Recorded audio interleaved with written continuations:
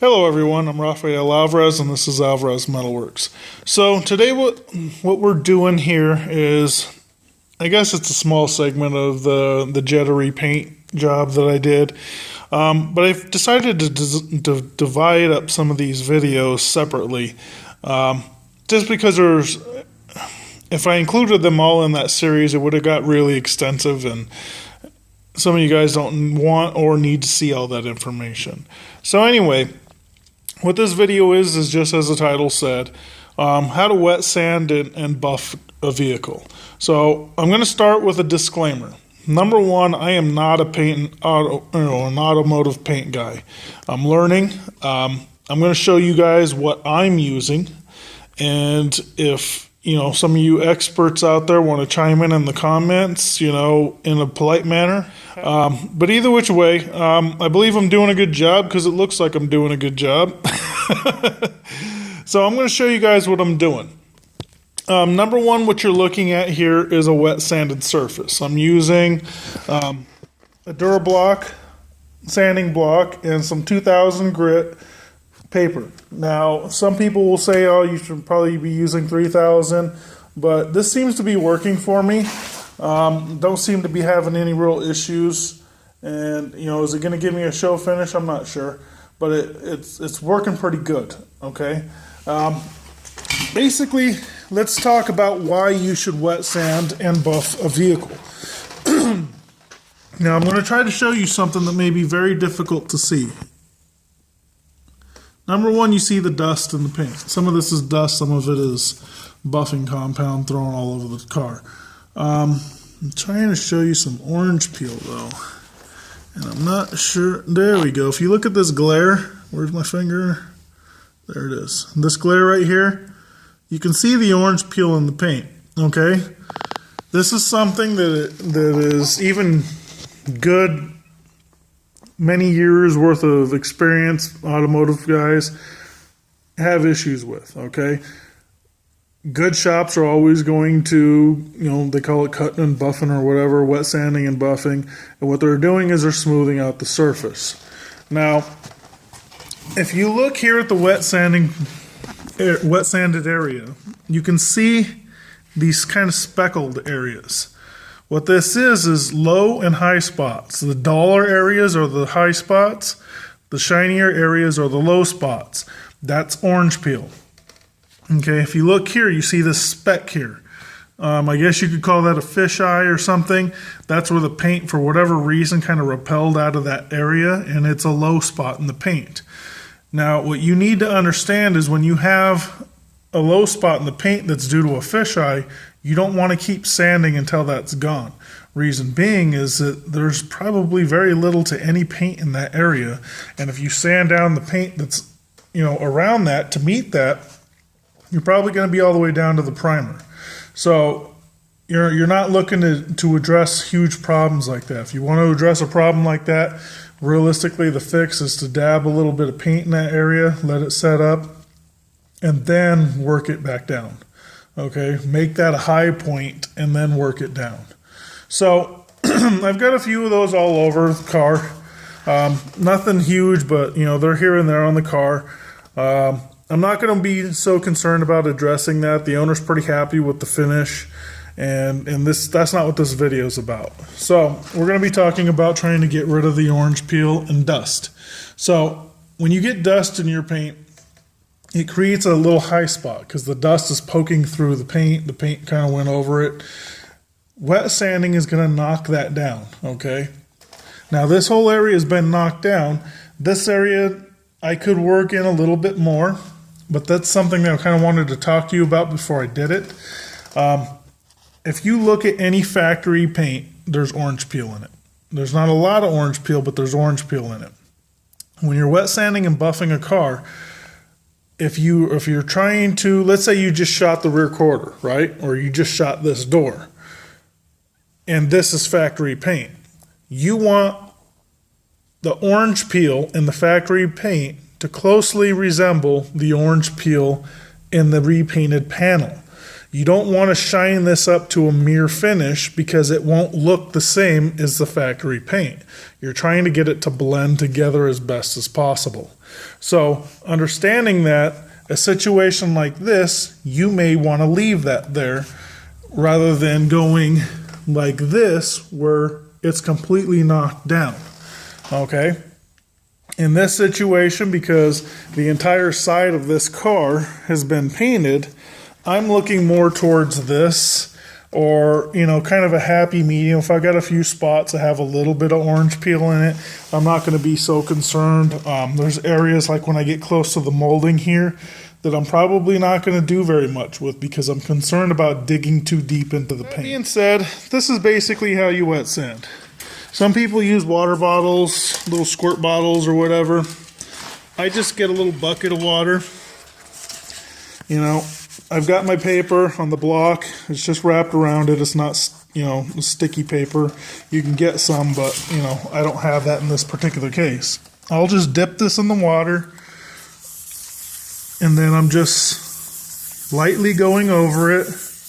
You know, these areas here that I didn't get very good, I'm going to make sure that I get those. You know, and what's neat about wet sanding is once it's dry, when it's wet like this, it's hard to see. But once it's dry and you wipe it off, you can see what's been sanded and what needs to be worked a little bit more. And like I said, you're not digging into it real deep. You're just putting a little bit of pressure on it. It's a very fine paper, so you're not really intending to dig deep on it. You don't want to. You know, the difference between the bumps and that orange peel is not very much. So now that I've got, you know, it looks all dull. Some of that's just residue from the sanding dust that's wet. I'm going to take a cloth. I'm going to wipe this area and dry it up and take a look at it. So now I can see, you know, it did really good. I may need to work a little bit right here along this edge, but up here it did a really good job with it. I don't want to take that down anymore. This area here that was kind of spotty is fine. You know, there's still a little bit going on right here, but it's so minuscule that I'm not going to worry about it. So at that point,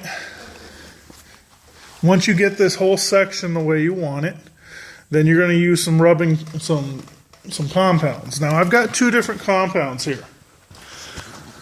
Two different 3M products. I've got a stage 3 Perfect It ultrafine machine polish, and then I've got a stage 1 Perfect It EX rubbing compound. Okay, this is coarser than this. Okay, so now that I've wet sanded, I'm going to want to use this.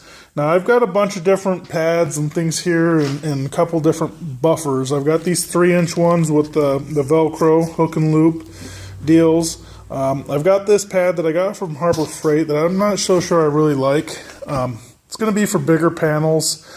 It's real firm. I need to get this. Once it heats up and there's stuff in it, it gets more pliable. Shop's kind of still cold right now.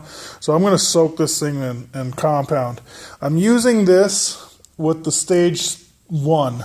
Okay, this is more of a cutting pad than a polishing. These ones here are more polishing, and this one here I've got on the buffer here is a polishing pad. And where's my other one? I've got this 3-inch hook and loop deal. This is a polisher as well. I'm just using my Milwaukee cordless drill for that. So I've got my drill down here. I'm going to put this pad on it. It's Velcro. I'm going to grab the Harbor Freight polisher, buffer polisher, and remove that pad and put on this more aggressive one. Again, I'm not quite sold on this. I may not do very much with that one. And then I'm grabbing the stage 1 buffing compound. So what you're looking to do with this polisher or this polishing compound, you're not looking to put it on here and let it dry. It says in the instructions to keep it wet, okay? So now, because this is such a big buffing pad, I'm going to try to stay away from the edges or any curved areas, even the door for that matter. I'm just going to do the bulk here in the center, and then I'm going to switch over to the smaller ones.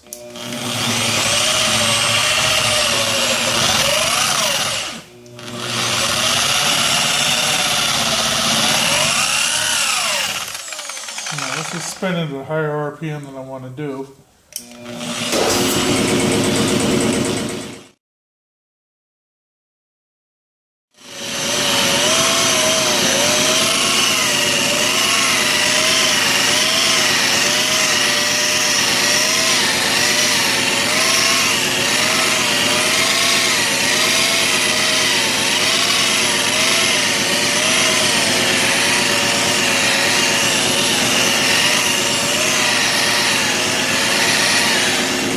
So I'm going to the 3-inch.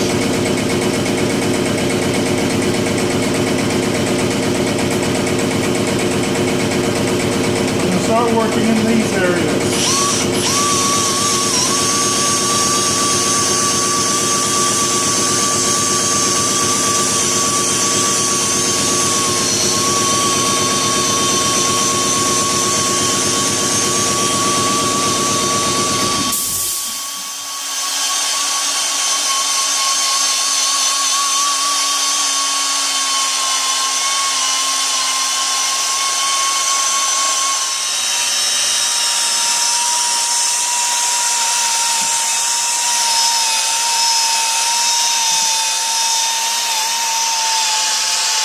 Now my battery's dying here on the drill. I've got a backup.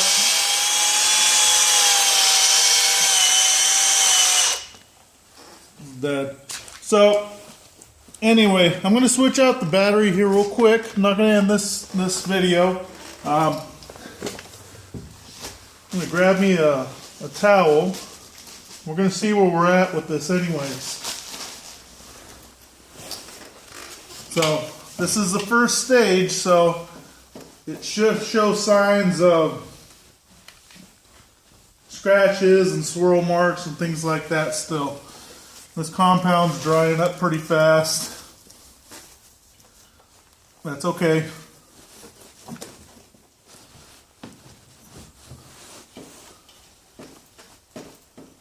It actually looks really good, just from that. So what I'm going to do, switch out that battery real quick, switch out all the pads, and finish this out with stage 1. So let me grab that battery. Or stage 3. Keep getting these things messed up. Stage 3 is the second part, stage 1 is the first part. So, switching out that pad, putting on this other one that I've been using the stage 3 compound on. And you don't want to mix the pads, okay? Mixing the pads mixes the compounds, and one compound is much more aggressive than the other, which is not something that you want to mix up. So, that being said, I'm going to apply this compound here. And we're going to start here in this area just because I'm curious. I want to see where we're at. And I'm just spreading this out right now. The more I spread it, the less it's going to fling around.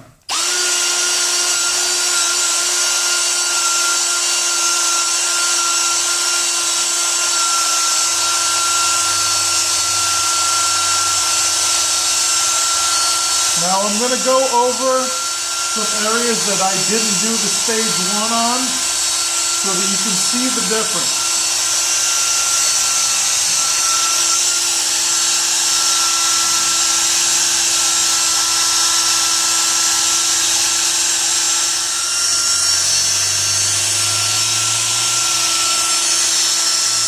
applying about medium pressure.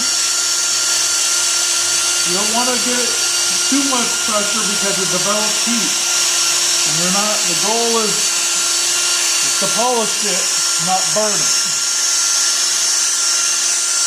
Letting it heat up will burn the finish.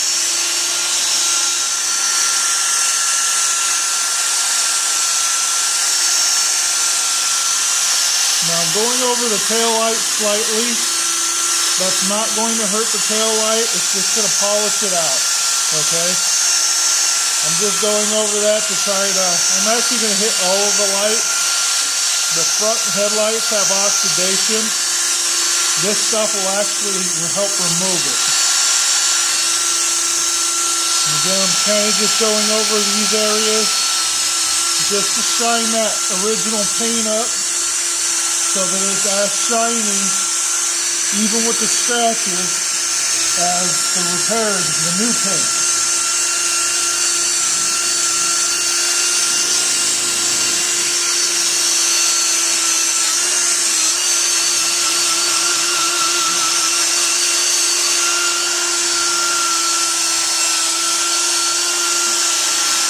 Okay, so let's wipe this down, see where we're at. We may be done, we may not be. We'll find out. Well, I can tell you that we're done. That looks beautiful.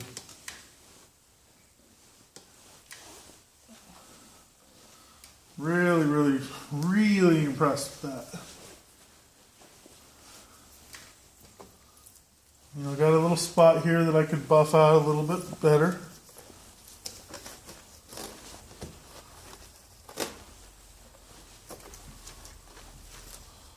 You know, and if you're new to doing this, take your time with it.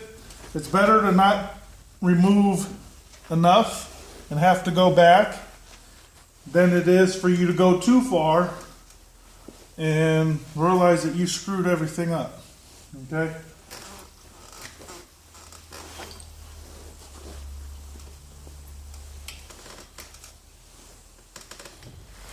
So, and I don't know how well that's coming across. I mean, but you can see my reflection here quite clearly. And you don't see any kind of rippling, you know, or anything like that in the light. It's really quite smooth. I mean, there is a little bit of orange peel in it if you're really nitpicking about it. However, like I said, you don't want to remove all of it. You don't want to make it like a glass finish unless you painted the entire car. Okay, or you plan on doing the entire car. Really good. So, in this area here on the door, you see, I went over this with the third stage, and it didn't really do much. Okay, when you look at it compared to this, yeah, it did some. But that first stage is critical, okay? That first stage is absolutely critical to get rid of the sand scratches from the 2000 grit paper. Okay, I would never achieve this glassier finish without spending an enormous amount of time here buffing and buffing and buffing with the stage 3 to get that to come out. So the stage 1 is very, very critical and it comes out quite nice. So with that being said, I'm going to wrap up this video. Like I said, I'll put a link down in the description on where you guys can get this buffing compound. I'll put a link down in the description on where you can get that Drill Master Harbor Freight buffer. I'm not really sold on that just yet. You know, it's like 35 bucks or something. You guys could make the call on it.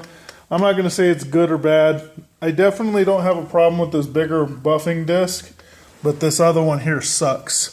What I may do, because this smaller 3-inch disc seems to work really well with going over that surface afterwards, I may ditch this disc altogether and use this softer disc for the stage 1 compound and try it out here on the door and see how I like it. If it doesn't work as good, maybe that disc is actually doing a good job and I just don't realize that it is. It's very, very firm and just hard to manage, and I just really worry that I'm going to burn through the paint with it. So that's why I'm hesitant to continue to use it. So maybe I'll try that one with the stage 1 and see where we're at. But like I said, I'll put a link down in the description where you guys can get that. I'll put a link down in the description where you guys can get those DURA-BLOCks. If you guys follow my channel, you already know I did a review on those DURA-BLOCks. So, you know, if you're new to my channel, search that in my videos and you'll see a video review about those. But outside of that, you know, I hope you guys learned something here. Thanks for watching. Remember to subscribe, comment, like, and don't forget to check out RoarkSupply.com. They're my channel sponsor. Use coupon code METAL. They'll give you 10% off of whatever you order from them. That's my thank you to you for all the support, as well as Roark Supplies. Thank you to you as well for supporting my channel. So, that being said, I'm going to get to work and finish off this car, and I will talk to you guys later.